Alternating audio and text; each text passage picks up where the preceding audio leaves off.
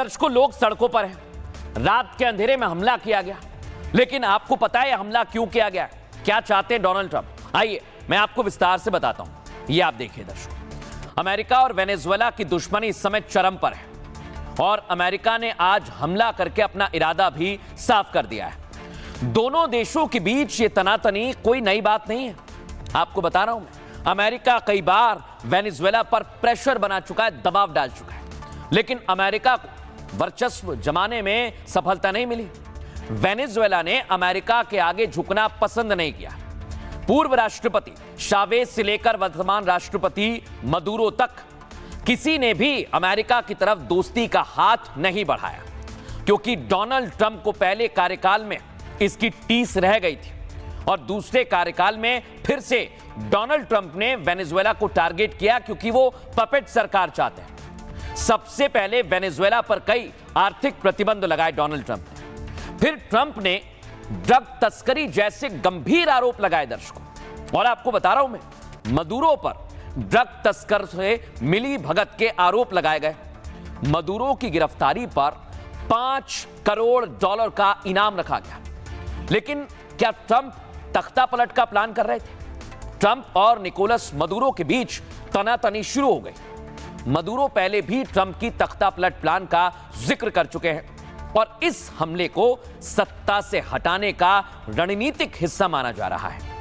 Trump अपनी पसंद का राष्ट्रपति बनाकर वेनेजुएला पर राज करना चाहते हैं, वही दर्शकों पपेट सरकार। और इसके लिए उन्होंने किसके चुना है? यह है Corina Machado. Corina Machado Venezuela की राष्ट्रपति बन सकती है। पिछले साल इन्हें नोबेल शांति का पुरस्कार भी मिला। मचाडो इस वक्त वेनेजुएला की लीडर ऑफ ऑपोजिशन है और वेनेजुएला में लोकतंत्र और आजादी की लड़ाई लड़ती रही हैं। मचाडो के जरिए ट्रंप अपनी मंशा साधने की कोशिश भी कर सकते हैं। मचाडो की ओर से सत्ता संभालने के संकेत भी मिल रहे हैं। यानी अब वेनेजुएला में पपेट सरकार भी आएगी जो डोनाल्ड ट्रंप चलाएंगे। लेकिन अगर ऐसा होता है दर्शकों, तो दुनिया भर में इसका क्या असर पड़ेगा? फॉर्मर एम्बेसडर क्या कह रहे हैं, सुनिए जरा। अमेरिका वेनेजुएला में तख्ता पलट चाहता है, ये बिल्कुल ठीक है। उन्होंने बहुत आरोप लगाए हैं, अमेरिका ने बहुत आरोप लगाए हैं निकोलस मदुरो के ऊपर और उससे पहले जो उनके राष्ट्रपति थे ह्यूगो चावेज के ऊपर। अभी वो कहते हैं जो ये नार्को टेररिज्म का जो गुट है उसके ये किंग पिन है, निकोलस मदुरो उसके किंग पिन है। और वहां से जो भी ड्रग की जो आवाजाही होती है, जो इधर उधर भेजा जाता है, उसका सबका जो संचालन है वो निकोलस मदुरो करते हैं। कोई उनके पास यूनाइटेड नेशंस की या ऐसी कहीं की उनके पास एविडेंस नहीं है, कोई परमिशन नहीं है, कोई सैंक्शन नहीं है वहां से।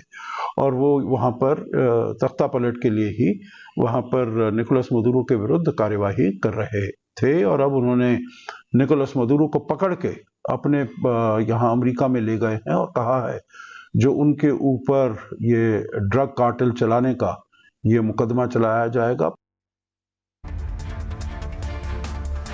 लेकिन दर्शकों, ये हो क्या रहा है, ये आपने समझा?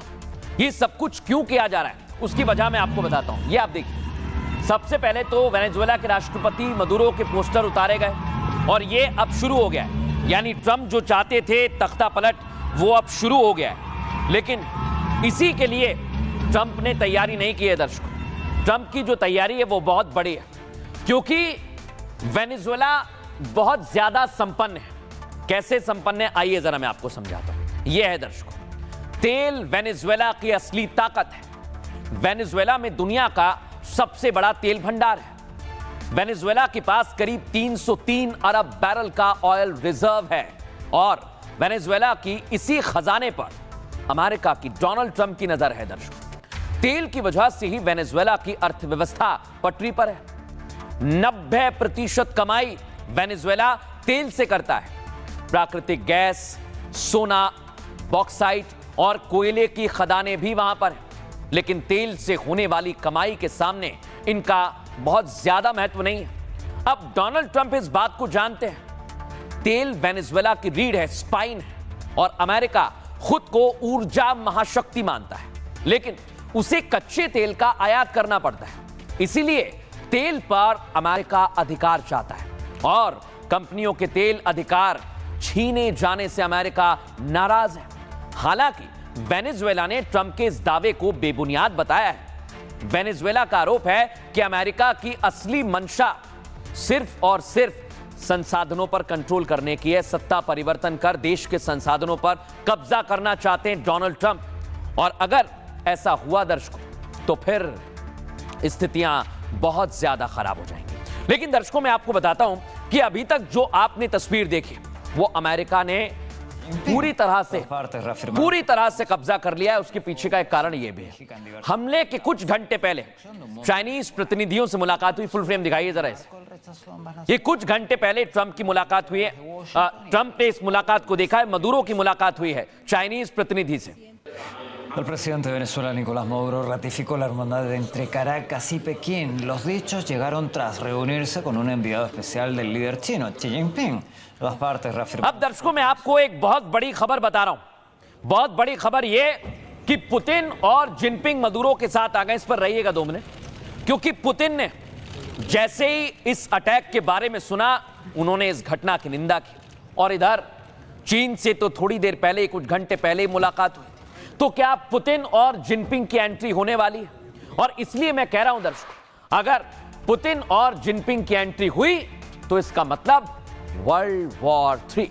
आइए जरा आपको बताता हूं। यह है दर्शकों वो तस्वीर। 2026 की शुरुआत तनाव, हिंसा और टकराव के साथ हुई है। एक के बाद एक कई देश आग में झुलसते हुए दिखाई दे रहे हैं। वेनेजुएला पर अमेरिकी कार्रवाई से दुनिया बट गई है।